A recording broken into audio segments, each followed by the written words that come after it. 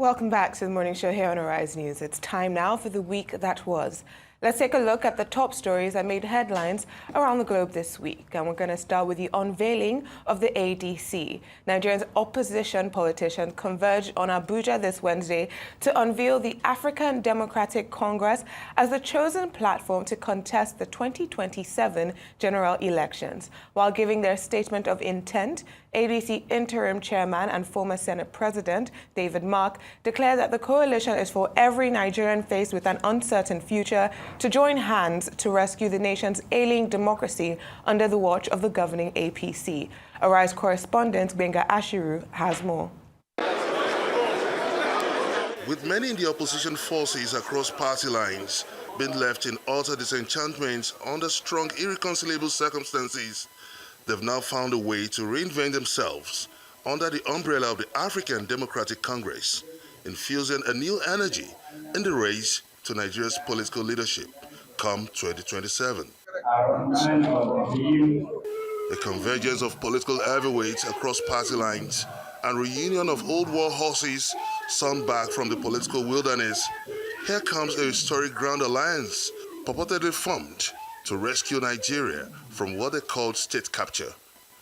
As the outgoing national chairman rises to make his farewell speech, he wasted no time in criticizing some of the bad policies of government, one of which is the palliative agenda, instead of the APC government finding a sustainable solution to the nation's problems.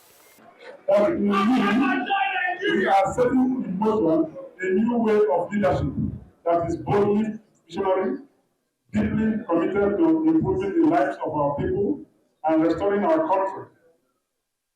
We don't have any doubt. The outgoing national chairman's speech was followed by a symbolic handover of the leadership mantle of the ADC to the new interim national chairman and former Senate President, David Mark.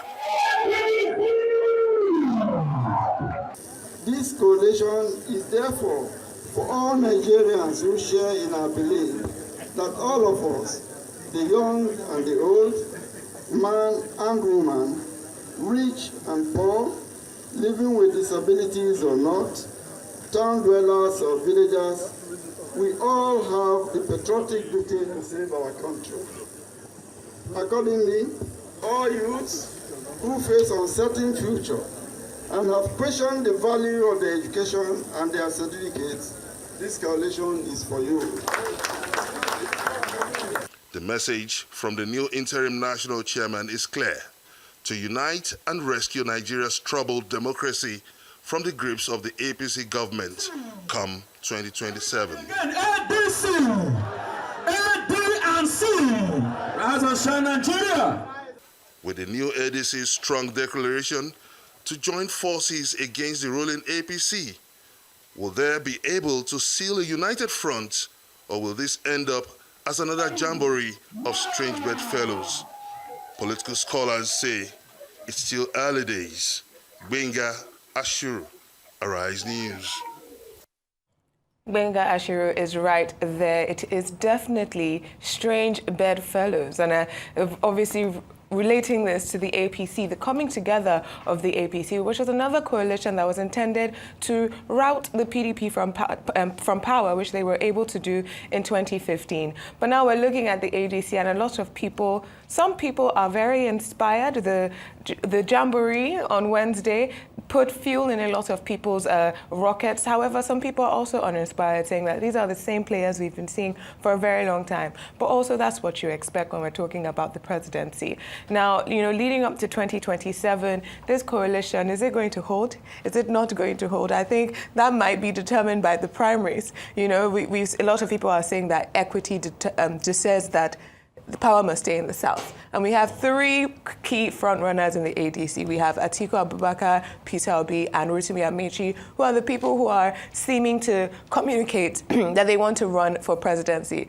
What happens if Atiku wins an ADC primary? Is it going to throttle the whole opposition ambition? And also what's going to happen with the APC primaries. Now that we have so many people in the APC right now, the National Assembly primaries, the governorship elections, are they all going to align, or are they going to have a primary? You know, before Ganduje resigned, he did say that they were going to have primaries within the APC. 2027 seems far away, and a lot of Nigerians are saying we don't care about politicking, we care about governance. So maybe the pressure from the ADC would make the APC government focus on the governance, but I truly doubt it. I've been wondering your thoughts on this all week, especially considering the Minister of the FCT, Nyesom Wike's, his press conference and also his time yesterday with Shehu Kimbaloye and all the things he had to say about the leaders of the ADC. Well, I mean, thanks at this one. I'm not particularly interested in what the FCT minister likes to yearn every time. You call it a press conference. I'm not sure if that is the proper thing to call it, but, you know, it's a show that has become like a regular thing. But that's fine. You know, it's within his right. Two things that you raised. First, just to take that quickly out of the way, is will this lead this development of ADC, will it lead to APC, you know, being serious, particularly in the areas of primaries? I believe that the party will have its primaries, you know, either way.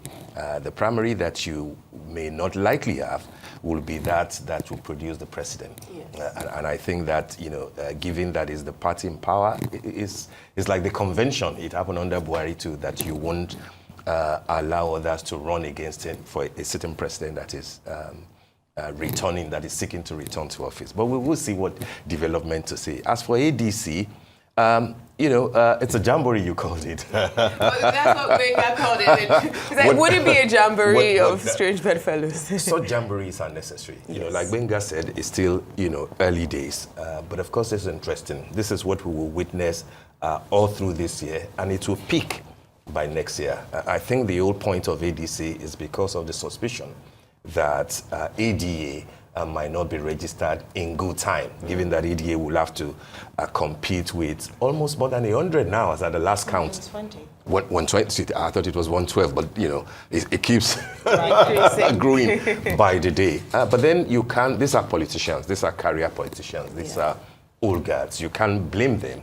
But what you see will be an assemblage of those who are either out of power within the opposition or are on the sidelines within the ruling party, you know, like Rotimi Amechi, you know, like Aregbesola, for example.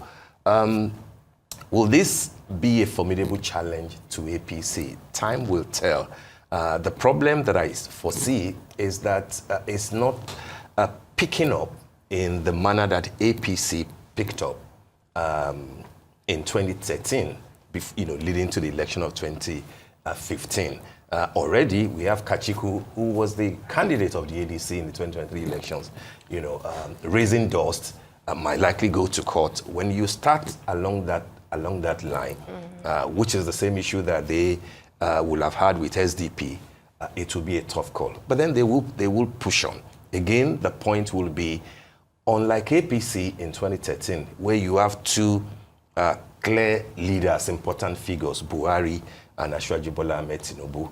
I'm not saying that as such here, even though you may argue that Atiku and Obi, to an extent, will be like that.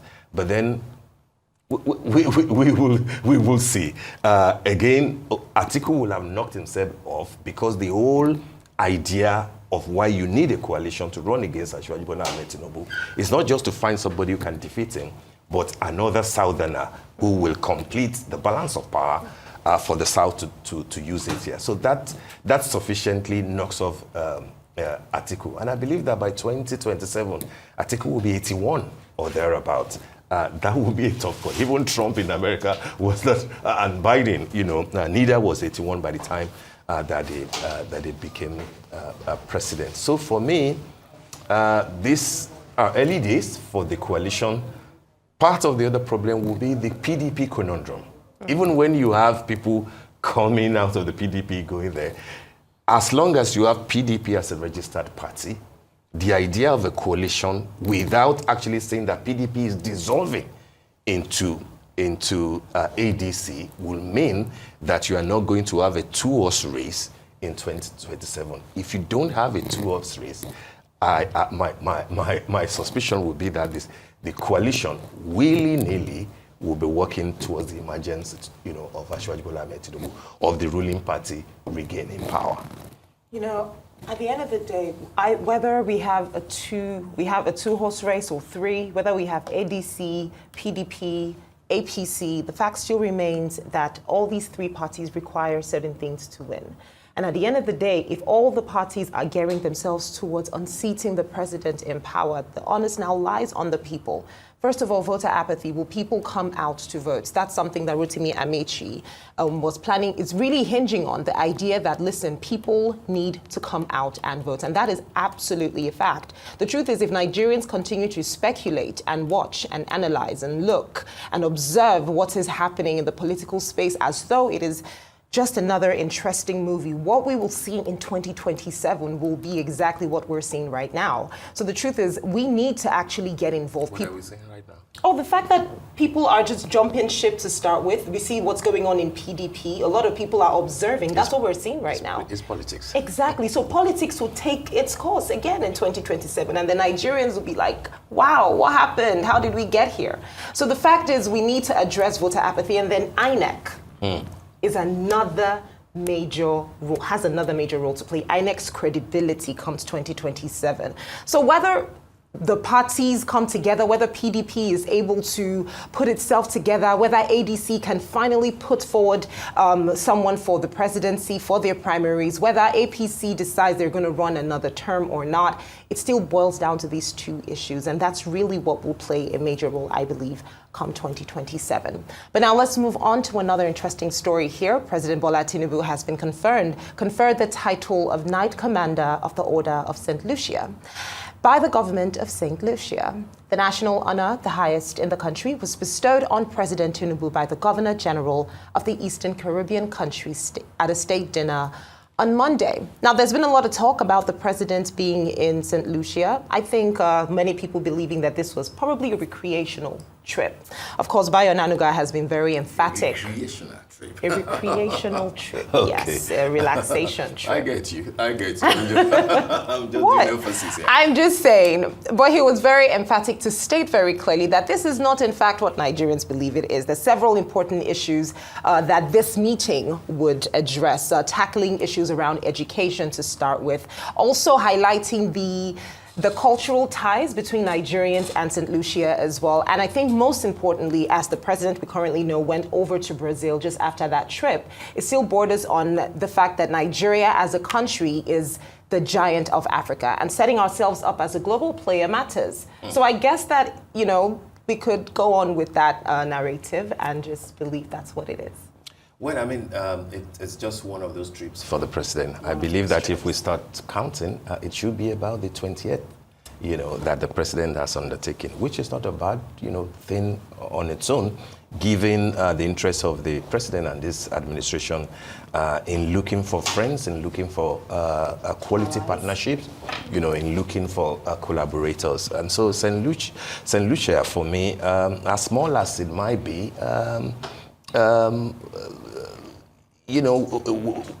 can be described as a wasted, a journey, given the area of collaborations that we have been told will be pursued, particularly in the area of tourism, which constitute about 66% of the GDP of St. Lucia, and creative economy. I see the way that the president addressed Nigerian students who are living there, which of course speaks to the fact that you will find Nigerians anywhere. Where you don't find a Nigerian, be careful of that place. And that speaks to, the global citizen DNA in an average Nigerian. And therefore, anywhere where you find Nigerians, it won't be anything untoward to see the president going there. I see Madam Abike Dabiri, also speaking to Nigerians over there. And the fact that the president has been decorated with the highest honor of the land speaks to the fact that, yes, we may not have been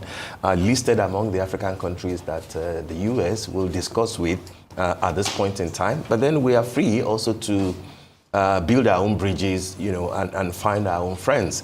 Yes, St. Lucia is less than 200,000. Some other people will say that when they saw the Prime Minister decorating our president, it will be like the Etiosa local government, probably decorating. But, a country is a country. Whether you are, whether you are 200,000 or you are 200, million. So I congratulate the president. I hope, of course, that this will breed further and deeper collaborations that will benefit both countries. Two countries they are. Yes, one is big, but of course it's in our interest to be a lot more friendlier with our brothers and sisters in the Caribbean. Definitely. And I think that's what the president has done there. Yes, definitely. And I did read the statement coming from both the St. Lucia side and the Nigeria side, and they spoke about we have to have loyalty amongst the global south. And that's also why we see the president going for BRICS in Brazil, right? BRICS is essentially the global south coming together. I mean, Russia is part, but you have Brazil, you have India, you have South Africa there, being like, as a global south, we have to work together. And also very importantly here is that this honor that was given President Tinubu is not often given. And as the most populous black nation in the world, it is actually the duty of the Nigerian president to make sure that we form ties with other black nations, no matter how big or how small. We see that they say that President Tinubu wants to make closer ties with OECS countries, with other Caribbean nations, particularly when we see it in trade and investment. We have seen the heads of state of Caribbean nations coming to Nigeria, coming to Abuja. I met a few in Abuja there. We've also seen the bank loans and the trade and investment loans coming out of Afrexim Bank that also have a partnership between Africa and the Caribbean.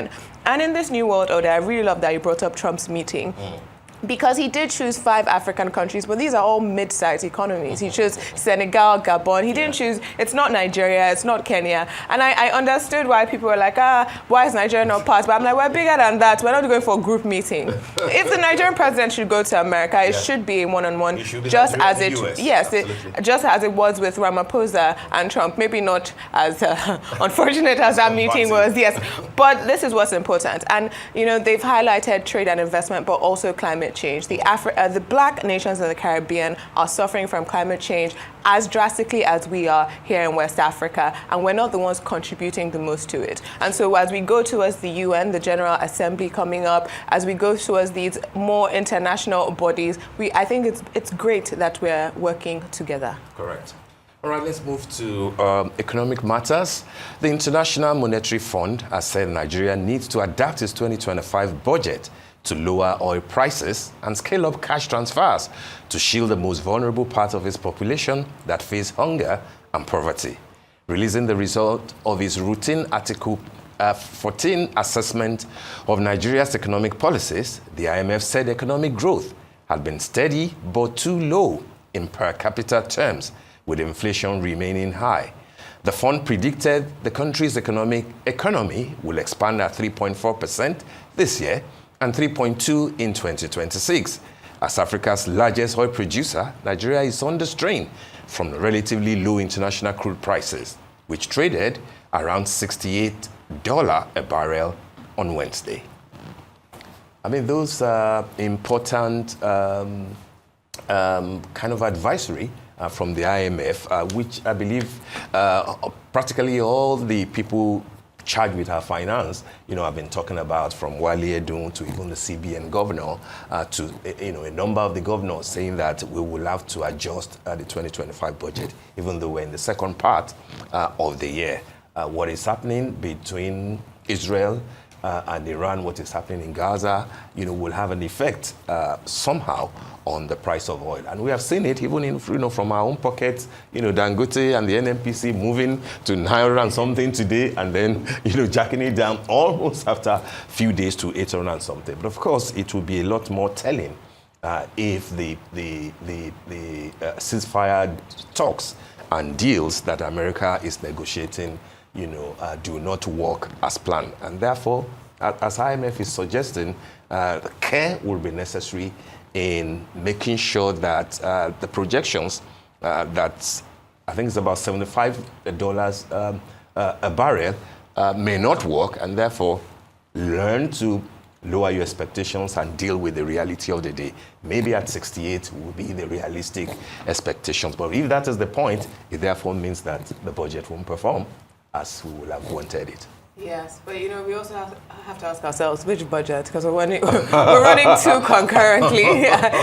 We've extended 2024. We still have not met those projections. We've not met the projections for the amount of barrels per day that we hooked both the 2024 budget on and the 2025 budget. This is something that people advised long before, I wouldn't even say before Tinubu's administration even came to office. They say all these Disneyland fairy tale figures do not serve us as the Nigerian people. And a lot of times we always take this advice from the IMF and the World Bank. You take it and you hold it and you understand that their goals are not necessarily the same as us all the time. But it's also, as you said, it's also important here that a lot of these shocks are not Nigeria's doing, right? It's not domestic issues that are changing the price of crude. However, the issues that are affecting it is how much are we actually stopping oil theft? Yeah. How much has our infrastructure improved? How much have we been able to curb inflation? Weeks ago, the governor said that, they're going to try and stop the rise of food inflation, but with all the checks and all the taxes and the illegal checks that these trucks have to pass, because that is part of why food is so expensive. But we hear these talks, do we see the action match the talks? Because if we keep talking about these same figures and same issues without having actual structural change, then they're going to keep prescribing us the same medicine, because it's like having malaria and you don't take the medicine. Even at $68, a barrel, how much of what we're pumping out have we pre-sold? Before today, Kachi. At the end of the day, I believe that what IMF is basically just saying is we need to deal with our reality and see how we can assess and work with it. First of all, recalibrating our revenue assumptions. The reality of what we earn needs to be properly stated. We cannot assume and then spend based on our assumption. We cannot do that. They're saying, okay, this budget that you've put out, how is it going to deal with inflation with the prices that you have put out? How is it going to affect the tax to GDP ratio, for instance? These are several issues that they've pointed at. They're also talking about the vulnerable people as well in the country. How can we set up safety nets for them? How can we use some of our tax reforms, perhaps, tax reforms, social programs as well, subsidy savings to generate more revenue. So I think what they're just saying is, as a country, we have peculiar issues, but our budget does not reflect a country that has these peculiar issues. Our budget reflects a country that is doing exceedingly well. And we are doing exceedingly well, but the fact is there are brackets of people doing exceedingly well in Nigeria. There are people in Nigeria that are extremely poor. And this must reflect that. This must reflect ways we are planning to make sure that these people that are living below what is absolutely the standard of living for any human being across the world can be factored in. And I think that's just a summary of what they're trying to say. You cannot make your prices an assumption of 78 when we're not there. That's just highly unrealistic. They're basically just saying that be alert, to the realities of the moment, and that there's a lot of work to be done. There is a lot of work to be done. Yes. Well, over to the United States now. President Donald Trump opened America's 250th anniversary year with a rally that doubled as a celebration of his own political victories. Hours after Congress passed his sweeping tax and spending bill, Trump told supporters in Iowa that there was no better birthday gift for America. He announced new patriotic events, including the Patriot Games for high school athletes and a summer fair in Washington next year. The event mixed tribute and spectacle with military flyovers, campaign anthems, and nods to recent U.S. airstrikes. Trump also acknowledged security concerns, joking about fireworks and standing behind bulletproof glass 10 days before the anniversary of an attempt on his life. There could be no better birthday present for America than the phenomenal victory we achieved just hours ago when Congress passed the one big, beautiful bill to make America great again. Right? We've saved our country. We've got the hottest country anywhere in the world, as said by many, many leaders of other countries. 401ks and retirement accounts just hit an all-time record high. Did I hear what I think I heard? But we've achieved the lowest level of illegal border crossings in U.S. history, 0 illegals. Think of it, we had 0. And as I said, and I'll say it again, I love it because I have never seen any country suffer. No country has ever. There's never, don't worry, it's only fireworks, I hope. Famous last words. My famous last words. Trump said, don't worry, it's only fireworks. You always have to think positive. I didn't like that sound either. You know? This is a golden age. This is such a beautiful term, the golden age. And I couldn't have even said it in my first term. I'm telling you, this is going to blow the first term away, and we did great. We got great marks in the first term, and this is going to blow it away. 1 year ago, I remember saying to our great First Lady, I said, you know, First Lady, I call her First Lady because it makes me feel good. First Lady, isn't it terrible? You're saying good night, First Lady, my darling, because it reminds me that I'm president. Great, our great First Lady. Well, in the meantime, President Trump has threatened to cut off the billions of dollars in subsidies that Elon Musk's companies receive from the federal government in an escalation of the war of words between the president and the world's richest man, one-time allies who have since fallen out. The feud reignited on Monday when Musk, who spent hundreds of millions on Trump's re-election, renewed his criticism of Trump's tax cut and spending bill, which would eliminate subsidies for electric vehicle purchases that have benefited Tesla, the leading U.S. EV maker. That bill passed the Senate by a narrow margin midday on Tuesday. Now, Trump had in early June threatened to cut Musk's government contracts when their relationship erupted into an all-out social media brawl over the tax cut bill, which nonpartisan analysts estimate would add about $3 trillion to the U.S. debt. I think the one big, beautiful, well, act now, no longer bill, because it's scaled past that level. It's quite an interesting name, if I do say so myself. I absolutely love it. One big, beautiful, that was what I said. Yeah, I think it's a beautiful name. You know, we should actually look for something as interesting to name one of our bills sometime soon. Why maybe. Do we have to copy anybody? Why not? Do we not do it all the time? Do you not copy? Do you want to say Nigerian doesn't copy? Anyway, that's aside the fact. Let's move on to the main issue here, Trump and Elon Musk. I think the reality is oil is a very valued commodity. And Trump, being a realist, is telling himself that, listen, there's certain things that we need to focus on at this time. Now, while with Elon Musk, you're focusing more on climate change and clean energy, and that's very important. Trump is saying, listen, as much as I hear what you are saying when it comes to clean energy conversations, the fact is, what is the bedrock of our economy? What do we make a lot of money off of? And this is where I want to direct my attention to. However, there are the issues around the budget deficit that this is going to cause, as well as who is going to benefit the most from this. How does this benefit the average American? This is going to benefit a lot more high-end individuals, a lot more large corporations. So there are criticisms to this. But I think that the world is so focused on this issue between Trump and Elon Musk and their social media brawl. Quite interesting, you know, to see them give and take at each other. But Elon Musk building the companies that he has built in America over the last couple of years as a South African. We saw that alliance between them during the elections. I'm really looking forward to seeing how this entire situation is going to play out. Elon Musk is a very smart businessman, and I feel like he will make this work in some way. But then there's also a Trump who does what Trump wants. I don't think Trump is loyal to anyone. I think Trump is loyal to his beliefs, his thoughts, and his principles. So it's yet to be seen how this will play out, but I'm definitely here to observe and here for the ride. No, how it will play out is very obvious. There's only one president in America. Of course. But what would Elon Musk do was the question. And that's Donald J. Trump.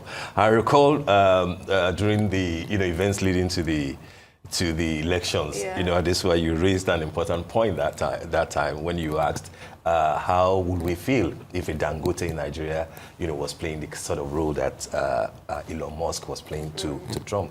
And I said that, on the face of it, you recall that he will not be breaking any law. But at the end of the day, what would define the relationship will be if he will have the wisdom to know when to step back. It looked to me like Elon Musk didn't apply, so much wisdom. Doge was created, and of course he headed it. But then he thought that he was either deputy president or associate president. Nobody shares power, And I recall that we've even mentioned it.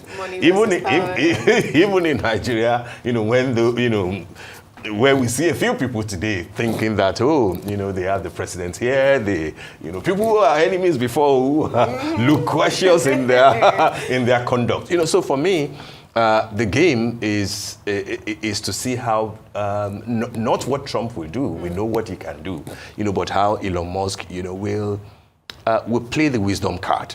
If he's smart enough. I believe that he's a smart guy, but then we'll see. The other issue very quickly will be, the first story that you read. Love him or loathe him, Trump is Trump, and what has happened over the last 5 months of his administration is that things have not gone as bad as people would have predicted. In the area of economy, even with the effects of the tariffs, and everything, it looks like, yes, the things that he promised is delivering. And somehow, with all his excesses and sometimes, over-the-top conduct, it looks like America is still standing great. And when I was standing with guests at the American consulate ground on Monday, where we had, lovely champagnes and everything to celebrate, America's 249th anniversary. What came to my mind was that whether it is Trump or Biden, Obama or Clinton, at the end of the day, what concerns an average American would be Leo, what's his name again? Leo Greenwood's song, God Bless the USA. Because at the end of the day, it's about their country. Patriotism, the power of the #1 country in the world. Trump will come and go, but then it is not as bad as naysayers thought that it would be.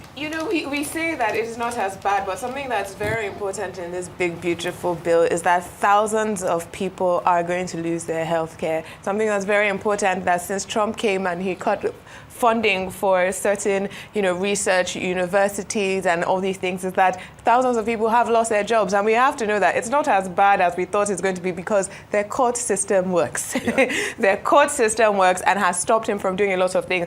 Now, very interesting. Yes, but what I'm saying is that the court system has put some strong institutions. Yes, strong institutions are very important. But also something here that's very interesting for me is that something the Supreme Court allowed just this week, just yesterday, a couple of hours ago, is that they're now allowing Donald Trump to deport convicted murderers from Cuba, from Mexico, from Vietnam, from Laos to South Sudan. Africa is becoming Trump's dumping ground. And with this Elon Musk thing, because very importantly, Elon Musk said that he would primary the members who were voting for this bill. And I think when you say what is Elon going to play, I think we're going to see it in the midterm elections. Usually in midterm elections, incumbent loses voter share. I think we're going to see a battle between MAGA people and Elon bucks. And I think at that point in time, we would know where this fight, so where it's going to go.